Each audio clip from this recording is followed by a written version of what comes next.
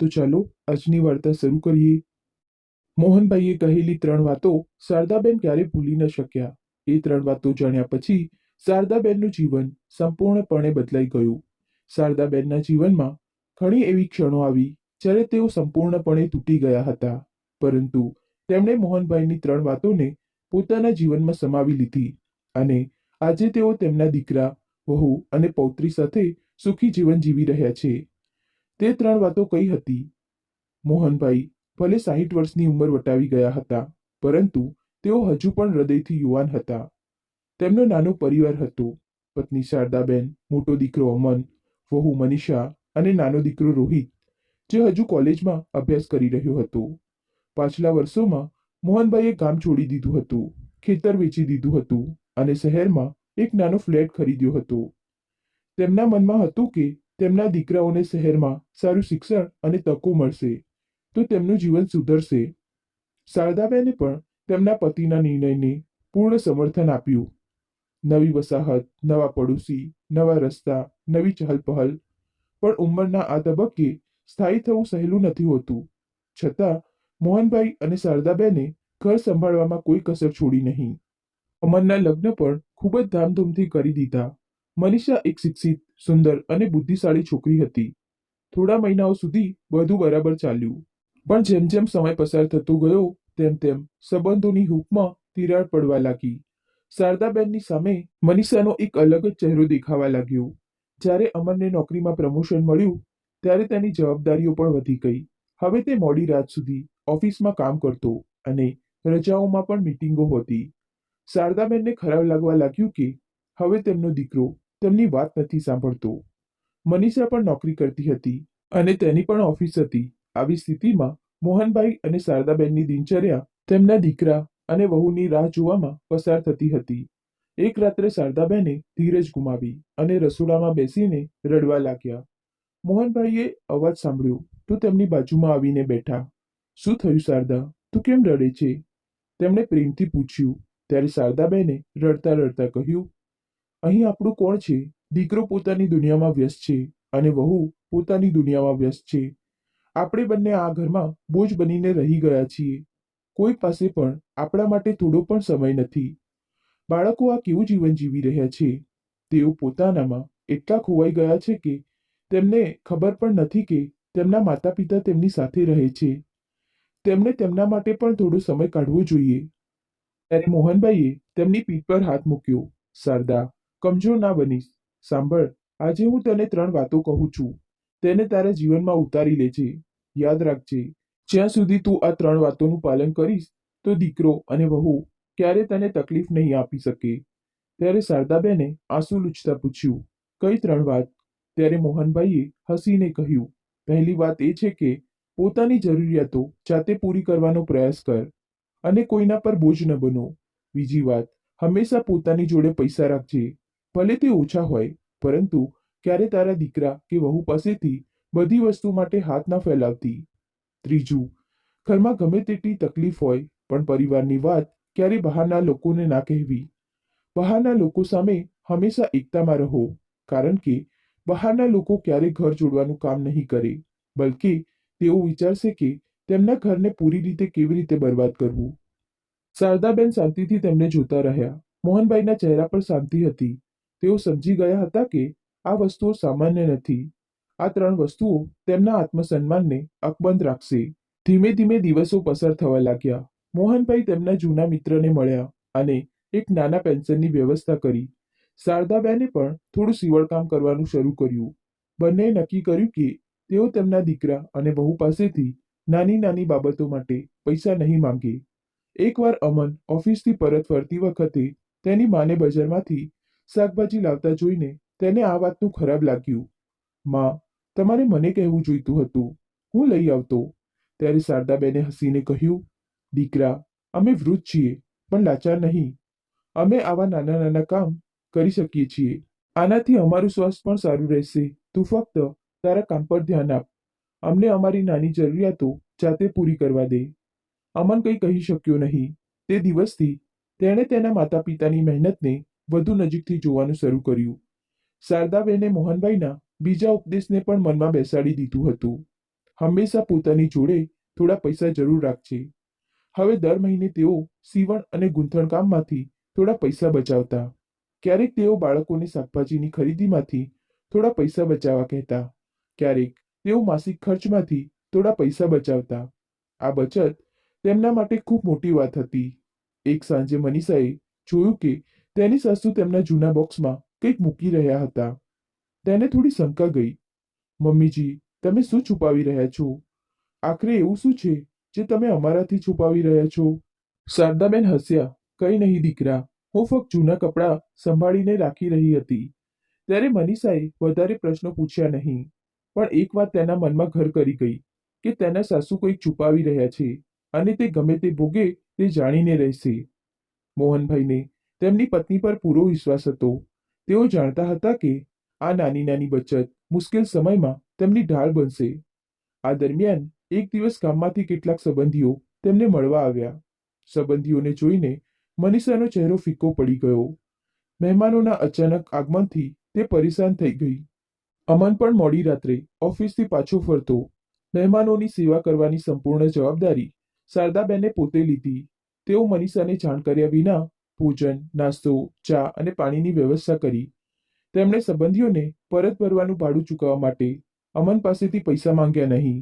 તેમણે પોતાની બચતમાંથી પૈસા કાઢ્યા અને ટ્રેનની ટિકિટ બુક કરાવી. સંબંધીઓ જતાની સાથે જ મોહનભાઈએ તેમની પત્ની તરફ જોયું અને હસતા હસતા કહ્યું, જોયું, જો આપણી પાસે આટલા પૈસા ન હોત તો આપણે આપણા દીકરા અને વહુની સામે હાથ ફેલાવવા પડતા. આ આપણા બીજા શીખની તાકાત છે.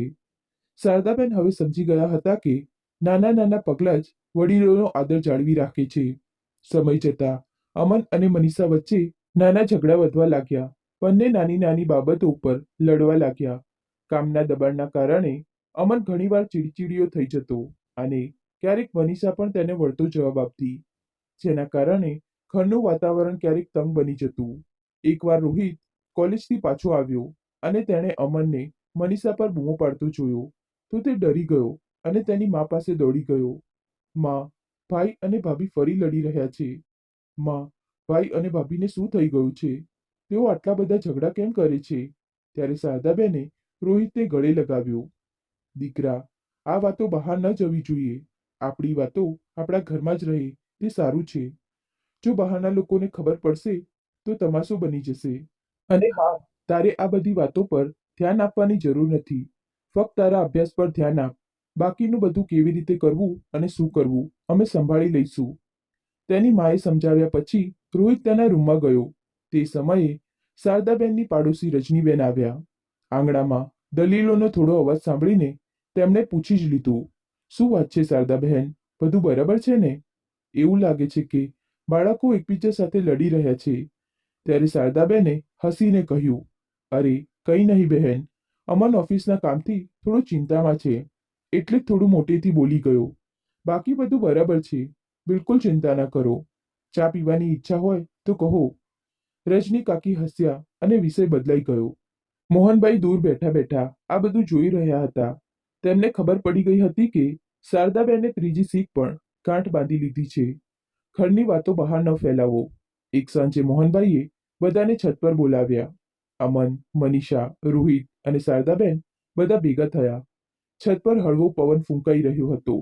મોહનભાઈએ કહ્યું, જુઓ દીકરા, જીવનમાં ઘણું બધું મળશે, પણ જો ઘરમાં પ્રેમ નહીં હોય તો બધું નકામું છે. અમે વૃદ્ધ છીએ, પણ અમે ઈચ્છીએ છીએ કે તમે બધા ખુશ રહો. ત્યારે અમન શર્મિંદા થતા બોલ્યો, મને માફ કરજો પિતાજી, અમે નાની નાની વાતોમાં ગૂંચવાઈ જઈએ છીએ. મનીષાની આંખો પણ ભીની હતી. મમ્મીજી, મેં તમને ઘણીવાર તકલીફ આપી હશે. શારદાબેને બધાના માથા પર હાથ ફેરવ્યો. કોઈ વાંધો નહીં દીકરા, અમે ફક્ત એટલું જ ઈચ્છીએ છીએ કે આ ઘર હંમેશા ઘર રહે, તે ચાર દિવાલોનું મકાન ન બને. તે રાત્રે બધા છત પર સાથે જમ્યા. હાસ્ય, જૂની યાદો, રોહિતની કોલેજની વાતો, આ બધું તે પરિવાર માટે ખુશીના તાતણા હતા. સમય કોઈનો નથી હોતો. મોહનભાઈને અચાનક છાતીમાં તીવ્ર દુખાવો થયો. અમન અને રોહિત તરત જ તેમને હોસ્પિટલ લઈ ગયા. જ્યારે તેમની તપાસ કરવામાં આવી ત્યારે ડોક્ટરે કહ્યું, તેમની ઉંમર થઈ ગઈ છે અને તેમનું હૃદય થોડું નબળું પડી ગયું છે. હવે તેમને ખૂબ આરામની જરૂર છે. મોહનભાઈ હોસ્પિટલના પલંગ પર સૂતા હતા શારદાબેન તેમના પલંગ પાસે બેઠા હતા. તેમની આંખોમાં ડર હતો. તેઓ મજબૂત દેખાતા હતા, પણ અંદરથી ડરી ગયા હતા. મોહનભાઈએ તેમનો હાથ દબાવ્યો. શારદા, ડરીશ નહીં. મેં તને કહેલી 3 વાતો યાદ રાખજે. જો હું ના રહું તો પણ આ વાતો તારો સહારો બનશે. ત્યારે શારદાબેને આંસુભરી આંખો સાથે કહ્યું, જો તમે નહીં રહો તો આ ઘર કેવી રીતે ચાલશે? ત્યારે મોહનભાઈએ ખૂબ જ ધીમા અવાજે કહ્યું, ફક્ત તારા સ્વાભિમાનથી જ આ ઘર ચાલશે, અને આ 3 વાતો તારી તાકાત બનશે. તે રાત્રે મોહનભાઈના તબિયતના સમાચાર આખી કોલોનીમાં ફેલાઈ ગયા. સગા સંબંધીઓ આવવા લાગ્યા. કેટલાક લોકો સલાહ આપવા લાગ્યા, દીકરાને અલગ કરી દો, વહુને સમજાવો. પણ શારદાબેને એ ત્રીજી સલાહનું પાલન કર્યું. ઘરની નબળાઈ બહારના લોકો સામે જાહેર કરી નહીં. 4 દિવસ હોસ્પિટલમાં રહ્યા પછી મોહનભાઈ ઘરે પાછા તો ફર્યા, પણ હવે તેઓ પથારીમાંથી વધારે ઉઠી શકતા ન હતા. અમન પોતાના કામમાં વ્યસ્ત રહેતો. મનીષા પણ પોતાની ઓફિસની જવાબદારીઓ નિભાવતી. પણ શારદાબેન અને રોહિત મોહનભાઈની સેવા કરવામાં કોઈ કસર છોડતા નહીં. રોહિત મોડી રાત સુધી તેના પિતા પાસે બેસી રહેતો. તે પુસ્તકો વાંચતો અને તેમના પગમાં તેલ લગાવી આપતો. એક રાત્રે મોહનભાઈએ રોહિતને પોતાની પાસે બોલાવ્યો અને કહ્યું, દીકરા, હું જાણું છું કે તું એક મોટો માણસ બનીશ, પણ એક વાત યાદ રાખજે, તારી માને ક્યારેય એકલી ના છોડતો. ભણજે, નોકરી કરજે, પણ હંમેશા તારી માનો હાથ પકડીને રાખજે. ત્યારે રોહિતે તેમનો હાથ પકડીને કહ્યું, પપ્પા, જ્યાં સુધી હું જીવતો છું ત્યાં સુધી મમ્મીને કોઈ તકલીફ નહીં પડે. તે રાત્રે પહેલીવાર મોહનભાઈના ચહેરા પર એક બેફિકર સ્મિત દેખાયું. બરાબર 3 મહિના પછી એક ઠંડી સવાર હતી. મોહનભાઈએ શાંતિથી આંખો બંધ કરી લીધી. જ્યારે શારદાબેને તેમનો ઠંડો હાથ પકડ્યો, ત્યારે તેઓ સમજી ગયા કે તેમની દુનિયાનો સૌથી મોટો સહારો જતો રહ્યો છે. તે દિવસે શારદાબેન રૂમમાં ખૂબ રડ્યા, પણ તે પછી અમન, રોહિત, મનીષા બધાએ સાથે મળીને મોહનભાઈના અંતિમ સંસ્કાર કર્યા. સંબંધીઓ આવ્યા અને ભીડ ભેગી થઈ, પણ શારદાબેને પોતાના આંસુ પણ છુપાવી દીધા. તેમને તેમના પતિની સલાહ યાદ આવી, તમારી નબળાઈ બહાર ન બતાવો. અંતિમ સંસ્કાર પછી ઘર સૂનું સૂનું થઈ ગયું. અમન ઓફિસ જવા લાગ્યો. મનીષા પણ પોતાના કામમાં વ્યસ્ત થઈ ગઈ. રોહિત કોલેજની સાથે ઘરનું પણ ધ્યાન રાખવા લાગ્યો. પણ હવે શારદાબેનના મનમાં એક ડર હતો. હવે કંઈ પણ થશે તો મારે એકલાએ જ તેનો સામનો કરવો પડશે. મોહનભાઈ ગયાના 6 મહિના પછી એક દિવસ અમને તેની માને કહ્યું, માં, મનીષા અને હું ઈચ્છીએ છીએ કે તમે થોડા દિવસ માટે ગામ જાઓ. અહીંનો ફ્લેટ હવે નાનો પડી રહ્યો છે અને રોહિત પણ હવે હોસ્ટેલમાં રહેશે. માં, તમને ગામમાં રહેવાનું ગમશે? આ સાંભળીને શારદાબેનના પગ નીચેથી જમીન સરકી ગઈ, પણ તેઓ રડ્યા નહીં. તેમને વિશ્વાસ જ ન થયો કે તેમનો દીકરો તેમને જવા માટે કહી રહ્યો છે. તેમણે ખૂબ જ નરમાશથી કહ્યું, ઠીક છે દીકરા, હું તેના વિશે વિચારીશ. રાત્રે તેમણે પોતાના પાસે રાખેલી એ જ નાની બચતની પોટલી જોઈ. આજ તો મારી તાકાત છે, તેમણે વિચાર્યું. બીજા દિવસે સવારે તેમણે રોહિતને બોલાવ્યો. દીકરા, શું હું ગામ જતી રહું? રોહિતે ના પાડી. મમ્મી, તમે ક્યાંય નહીં જાઓ. આ તમારું ઘર છે. તમને મોકલનાર કોણ છે? આ સાંભળીને શારદાબેને રોહિતને ગળે લગાવ્યો. મનમાં તેમણે મોહનભાઈની શીખ માટે આભાર માન્યો. બીજી શીખ, આજે પૈસાની તાકાત કામ આવી. ધીમે ધીમે મનીષાને ખટકવા લાગ્યું કે તેની સાસુએ તેમના દીકરાની વાત કેમ ના માની. તેણે અમનને ફરિયાદ કરી, તમારી માં મારી વાતો નથી સાંભળતા. તે મને પૂછ્યા વિના ઘરમાં પૈસા ખર્ચ કરે છે. તેઓ જે મનમાં આવે તે કરે છે. અમને વચ્ચે બચાવ કરવાની કોશિશ કરી, પણ મનીષાએ પોતાનો વિચાર ન બદલ્યો. એક દિવસ મનીષાએ તેમને ટોણો માર્યો, ઘરમાં પૈસા પણ નથી કમાવા અને ઘર પર રાજ પણ કરવું. આ ક્યાં સુધી ચાલશે? શારદાબેને કોઈ જવાબ આપ્યો નહીં. તેમણે ફક્ત એટલું જ કહ્યું, દીકરા, હું મારી જરૂરિયાતો જાતે પૂરી કરીશ. તારે મારો બોજ નહીં ઉઠાવવો પડે. મનીષાને સમજાયું નહીં કે આ જવાબ ક્યાંથી આવ્યો. તે ચીડાઈ ગઈ, પણ તેના મનમાં એક ડર પણ બેસી ગયો, સાસુમાં કમજોર નથી. આ બધી પરિસ્થિતિઓ વચ્ચે એક દિવસ કોલોનીમાં રહેતા એક પાડોશીએ શારદાબેનને કહ્યું, તમારી વહુ ખૂબ જ તેજ છે. મેં સાંભળ્યું છે કે તે ખૂબ લડે છે. શારદાબેને એ ત્રીજો પાઠ અનુસર્યો. અરે નાના, મારી મનીષા વહુ ખૂબ જ સારી છે. આજકાલ નોકરીના દબાણના કારણે તે થોડી ચિંતામાં છે. પડોશી ચૂપ થઈ ગઈ. પણ શારદાબેન જાણતા હતા કે જો તે બહારના લોકો સામે તેમની વહુ વિશે ખરાબ બોલશે તો એક દિવસ તે જ વાત તેમના પર ઉલટી થશે. રોહિતે પોતાનો અભ્યાસ પૂરો કરી લીધો હતો. મોહનભાઈ ગયા પછી તેણે વધુ સમર્પણ સાથે અભ્યાસ કર્યો. કોલેજમાંથી બહાર નીકળતાની સાથે જ તેને એક મોટી કંપની તરફથી નોકરીની ઓફર મળી. પહેલા જ મહિનામાં તેને એટલો સારો પગાર મળ્યો કે તેણે આવીને તેની માને કહ્યું, માં, હવે તમારો દીકરો કમાવા લાગ્યો છે. હવે તમે કોઈની સામે હાથ નહીં ફેલાવો. હું તમારી સાથે છું. શારદાબેનની આંખોમાં ચમક આવી ગઈ. દીકરા, ભગવાન તને પ્રગતિ આપે. ફક્ત એક વચન આપ, ખમણ ના કરતો. મહેનતથી કમાયેલ ધન હંમેશા પવિત્ર હોય છે. તેનો કાળજીપૂર્વક ઉપયોગ કર. રોહિત તેની માના પગે લાગ્યો. તેને યાદ આવ્યું કે તેના પિતાએ કહ્યું હતું કે હંમેશા પોતાની માનો હાથ પકડીને રાખજે. રોહિતને નોકરી મળ્યાના થોડા મહિના પછી અમનને એક નાના શહેરમાં પોસ્ટિંગ મળવાનું હતું, પણ અમન ત્યાં જવા માંગતો ન હતો. ધીમે ધીમે ઘરમાં આર્થિક તંગી તેમને પરેશાન કરવા લાગી. મનીષાની ઓફિસ પણ ખોટમાં ચાલી રહી હતી. આવી સ્થિતિમાં બંને વચ્ચે ખુલ્લેઆમ ઝઘડા થવા લાગ્યા. એક રાત્રે તેમની વચ્ચે એટલી મોટી લડાઈ થઈ ગઈ કે રોહિતે વચ્ચે આવવું પડ્યું. શારદાબેન રસોડામાં ચૂપચાપ બેઠા બધું સાંભળી રહ્યા હતા. જો તેઓ ઈચ્છતા તો પડોશીઓ પાસે જઈને કહી શકતા હતા કે દીકરા અને વહુ વચ્ચે શું ચાલી રહ્યું છે, પરંતુ તેમણે ત્રીજી શીખનું પાલન કર્યું. ઘરની વાત ઘરમાં રહેશે. એક રાત્રે મનીષાએ અમનને કહ્યું, તમારી માને કહો કે તેઓ આપણી ઈચ્છા મુજબ ચાલશે, નહીતર હું આ ઘરમાં નહીં રહું. ત્યારે અમન થાકેલા સ્વરે બોલ્યો, તારે શું જોઈએ છે? માને ક્યાં મોકલી દઉં? ત્યારે મનીષાએ ઠંડા અવાજે કહ્યું, તેમને વૃદ્ધાશ્રમ મોકલી દો. દર મહિને પૈસા મોકલી દઈશું. પછી ઘરમાં શાંતિ રહેશે. હું બિલકુલ નથી ઈચ્છતી કે તેઓ આપણી સાથે રહે. શારદાબેને પણ આ બધી વાતો સાંભળી લીધી, પણ તેમના આંસુ ન નીકળ્યા. તેઓ પોતાના રૂમમાં ગયા અને પોતાની નાની પોટલીમાંથી થોડા પૈસા કાઢ્યા. તેમણે નક્કી કર્યું, જરૂર પડશે તો હું મારો રસ્તો જાતે બનાવીશ, પણ હું કોઈના પર બોજ નહીં બનું. સવાર પડતા જ રોહિતે તેની માને કહ્યું, માં, તમે ક્યાંય નહીં જાઓ. જો જવું પડશે તો તમે અને હું અલગ રહી લઈશું, પણ હું તમને વૃદ્ધાશ્રમ નહીં જવા દઉં. શારદાબેને રોહિતને ચૂપ કરાવ્યો.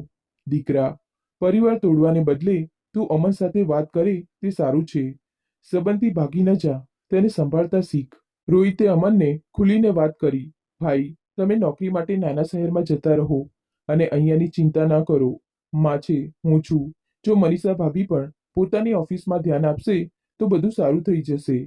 અમને રોહિત તરફ જોયું. તે તેના નાના ભાઈની સમજદારી પર ચૂપ રહી ગયો. એક દિવસ ઓફિસથી પાછા ફરતી વખતે મનીષાએ શારદાબેનને કોલોનીની બહાર શાકભાજી વેચનાર સાથે ભાવતાલ કરતા જોયા. તેમના હાથમાં પોતાની એક બચતની પોટલી હતી. ત્યારે મનીષાને સમજાયું કે તેના સાસુ હજુ પણ તેમની જરૂરિયાતો જાતે જ પૂરી કરી રહ્યા છે. તેને તેમને વૃદ્ધાશ્રમ મોકલવાવાળી વાત યાદ આવી ગઈ અને તે અંદરથી શરમ અનુભવવા લાગી. તે રાત્રે તેણે પહેલીવાર શારદાબેનના પગ સ્પર્શ કર્યા. મમ્મીજી, મને માફ કરી દો. મેં તમને ઘણું ઊંધું સૂધું કહી દીધું. ત્યારે શારદાબેને બસ એટલું જ કહ્યું કે દીકરા, સંબંધ જાળવી રાખતા શીખી લે. માફીની જરૂર નહીં પડે. અમન થોડા મહિના માટે પોસ્ટિંગ માટે બહાર ગયો હતો. ત્યાં રહીને તેને ખ્યાલ આવ્યો કે માનો પડછાયો કેટલો મોટો હોય છે. તેણે ત્યાંથી તેની માને ફોન કરીને કહ્યું, માં, હું જલ્દી પાછો આવી જઈશ. તમે ચિંતા ના કરતા.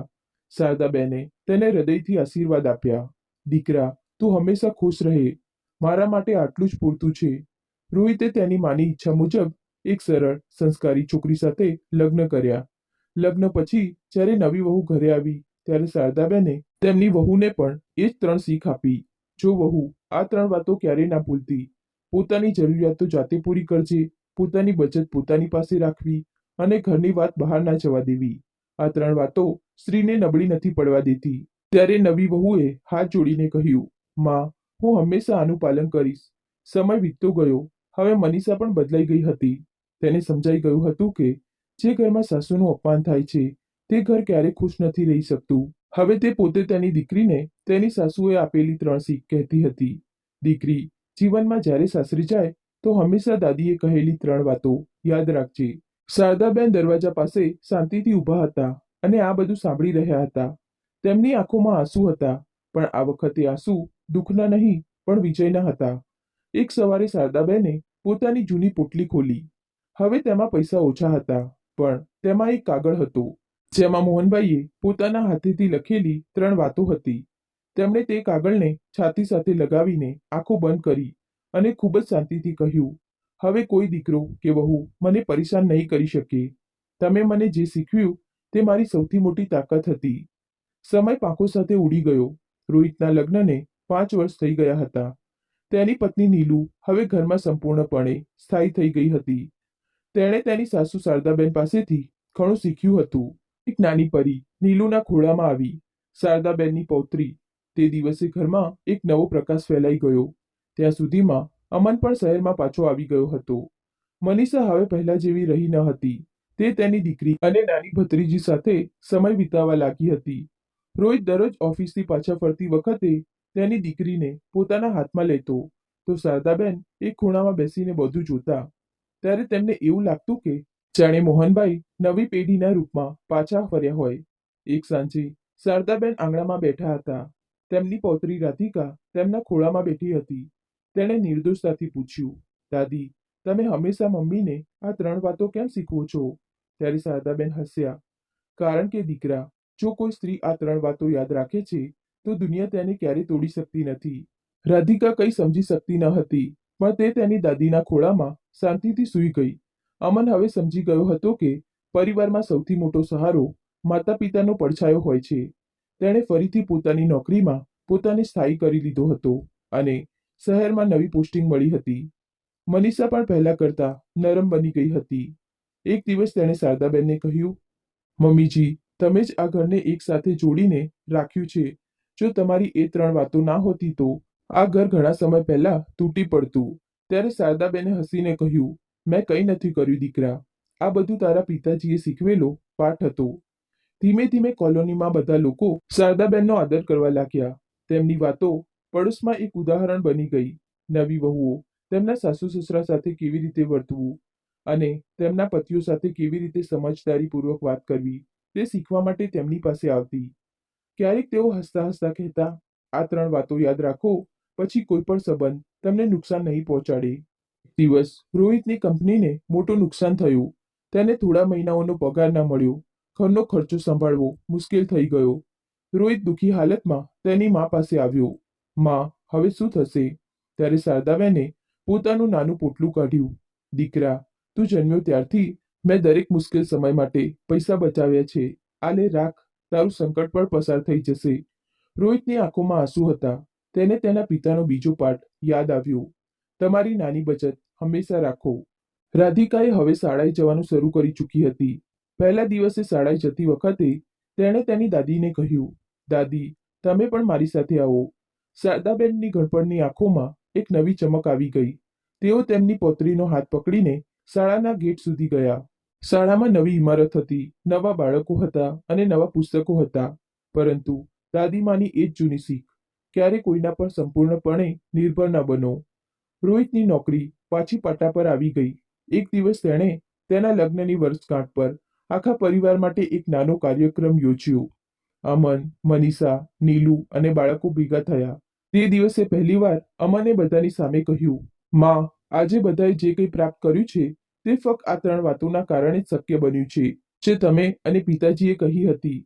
આજે અમે જે કંઈ છીએ તે તમારા આત્મસન્માન અને તમારા સંસ્કારોના કારણે જ છે. ત્યારે શારદાબેને હાથ ઊંચો કરીને કહ્યું, આ બધું તારા પિતાના આશીર્વાદ છે દીકરા. હું ફક્ત તેમના શબ્દોનું પાલન કરી રહી છું.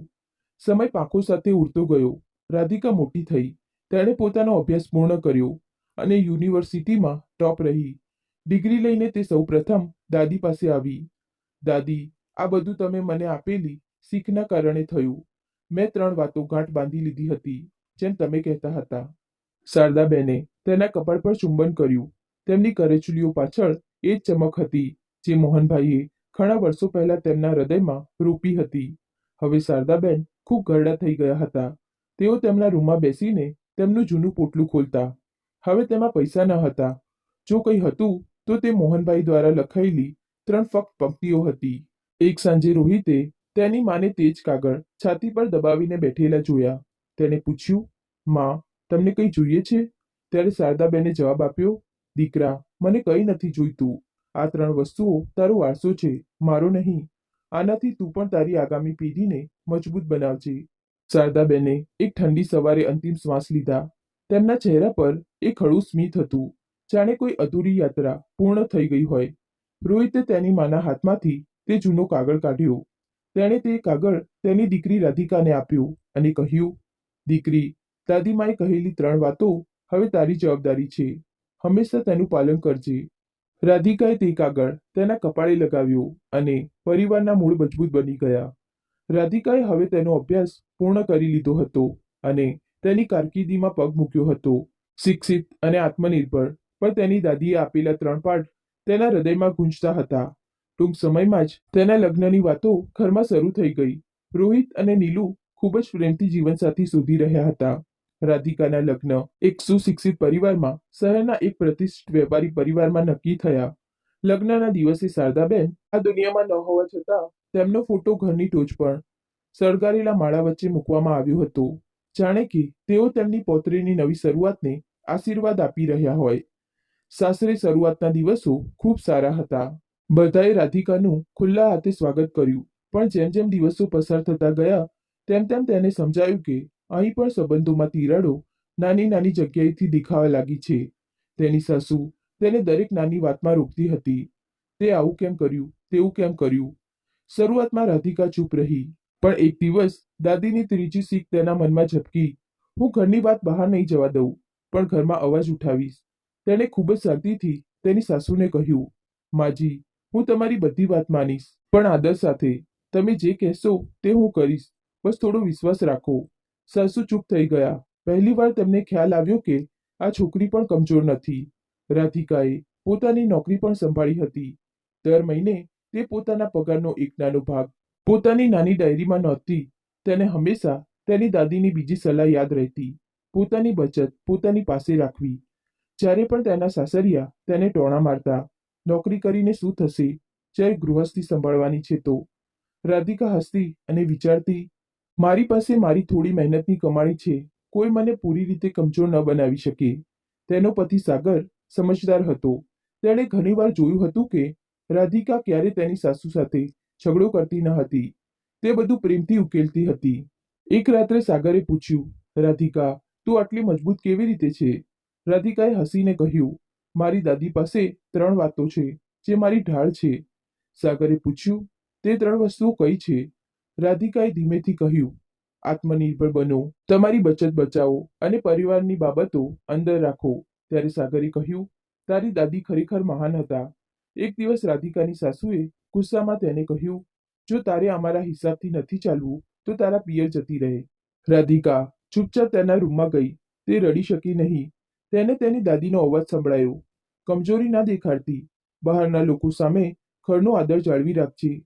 રાધિકા રાત્રે તેની સાસુ પાસે ગઈ અને કહ્યું, માજી, હું ક્યારેય નહીં જાઉં. આ મારું પણ ઘર છે. હું તેને છોડીને નહીં જાઉં.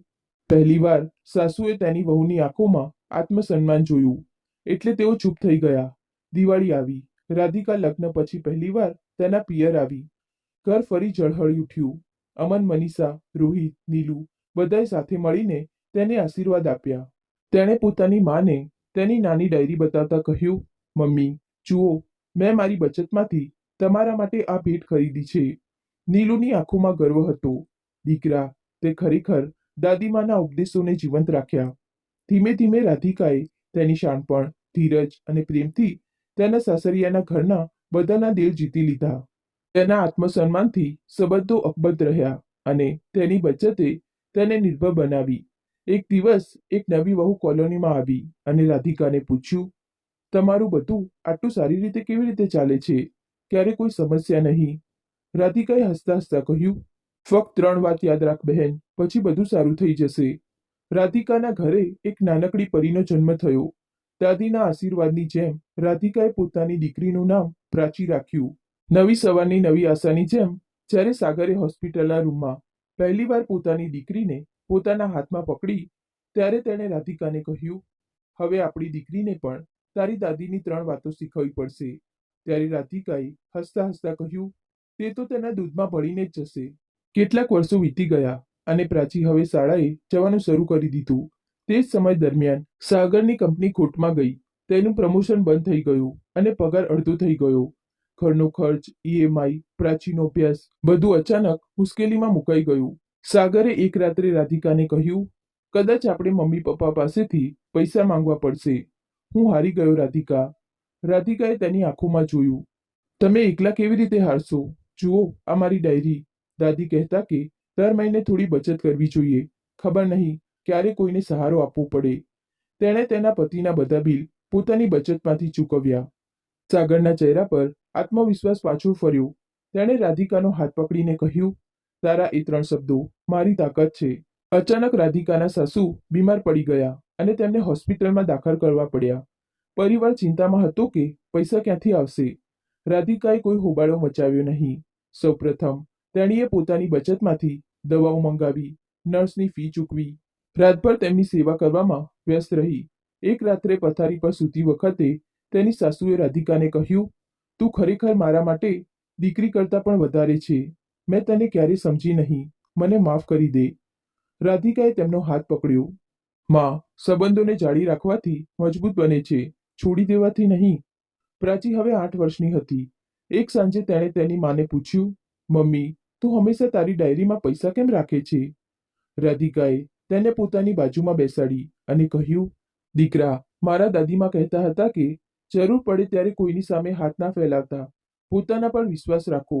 તેથી હંમેશા તમારી નાની બચત રાખો. પ્રાચીએ નિર્દોષતાથી કહ્યું, હું પણ મારી પીગી બેંકમાં રાખીશ મમ્મી. રાધિકાએ તેને ગળે લગાવી. દાદીની ત્રીજી પેઢી તૈયાર હતી. રાધિકા હવે વસાહતની સ્ત્રીઓ માટે એક ઉદાહરણ બની ગઈ હતી. નવી વહુઓ તેની પાસે આવતી. કેટલીક તેની સાસુથી પરેશાન તો કેટલીક તેમના પતિથી. તે તેમને ફક્ત 3 વાતો સમજાવતી. ધીમે ધીમે રાધિકાની સલાહ પર મહિલાઓએ નાની નાની બચત જૂથો બનાવવાનું શરૂ કર્યું. કેટલાક સિલાઈ ભરતકામ શીખી રહ્યા હતા, કેટલાક ટિફિન સેન્ટર ખોલી રહ્યા હતા. પરંતુ એક વાત બધાના મનમાં બેસી ગઈ હતી, આત્મનિર્ભર બનો, પૈસા બચાવો, ઘરની ઇજ્જત ઘરની બહાર ન જવા દો. સાગરની મહેનત રંગ લાવી. તેને નવી નોકરી મળી અને તે પાછો પાટા પર આવી ગયો. એક દિવસ તે રાધિકાને ઓફિસથી લેવા આવ્યો. ગાડીમાં બેઠા બેઠા તેને કહ્યું, જો તું ન હોત તો હું ઘણા સમય પહેલા તૂટી ગયો હોત. તારી દાદીએ કહેલી તે 3 વાતો હવે મારી પણ તાકાત છે. ત્યારે રાધિકાએ હસીને કહ્યું, આ વાતો મને તૂટવા નથી દેતી. આ તેની તાકાત છે. પ્રાચી હવે શાળામાં ટોપર હતી. એક નિબંધ સ્પર્ધામાં તેને લખ્યું હતું કે મારો સૌથી મોટો હીરો મારી મમ્મી છે અને તેના હીરો મારા દાદી છે, જે હવે આ દુનિયામાં નથી રહ્યા. પરંતુ તેમણે અમને 3 વાતો આપી, જે આજે પણ અમારી ઢાળ છે. જ્યારે પ્રાચીએ સ્ટેજ પરથી આ વાંચ્યું તો તેના દાદીના ફોટાને હાર પહેરાવવા માટે બધા ઊભા થયા અને તાળીઓ વગાડી. ત્યારે રાધિકાએ હવે નક્કી કર્યું કે તે દાદીના 3 ઉપદેશો ફક્ત તેના પરિવાર સુધી મર્યાદિત નહીં રાખે. તે તેને દરેક સ્ત્રી સુધી પહોંચાડશે જે કોઈ સમસ્યાથી પીડાઈ રહ્યું છે. તેણે કોલોનીમાં સ્વાભિમાન મહિલા સમૂહ શરૂ કર્યો, જેમાં દરેક મહિલાને આત્મવિશ્વાસ, બચત અને કૌટુંબિક ગૌરવ શીખવવામાં આવતું હતું. અમુક બાબતો એવી હોય છે જે આપણા જીવનને સંપૂર્ણપણે બદલી નાખે છે. આ રીતે સુખી જીવન જીવવાની મોહનભાઈની આ 3 વાતો હતી. તો તમને વાર્તા કેવી લાગી? જો તમને વાર્તા ગમી હોય તો લાઈક, કોમેન્ટ અને શેર કરજો. અને જો તમે નવા હોય તો ચેનલને સબસ્ક્રાઇબ કરજો. તો ચાલો ફરી મળીએ એક નવી વાર્તા સાથે.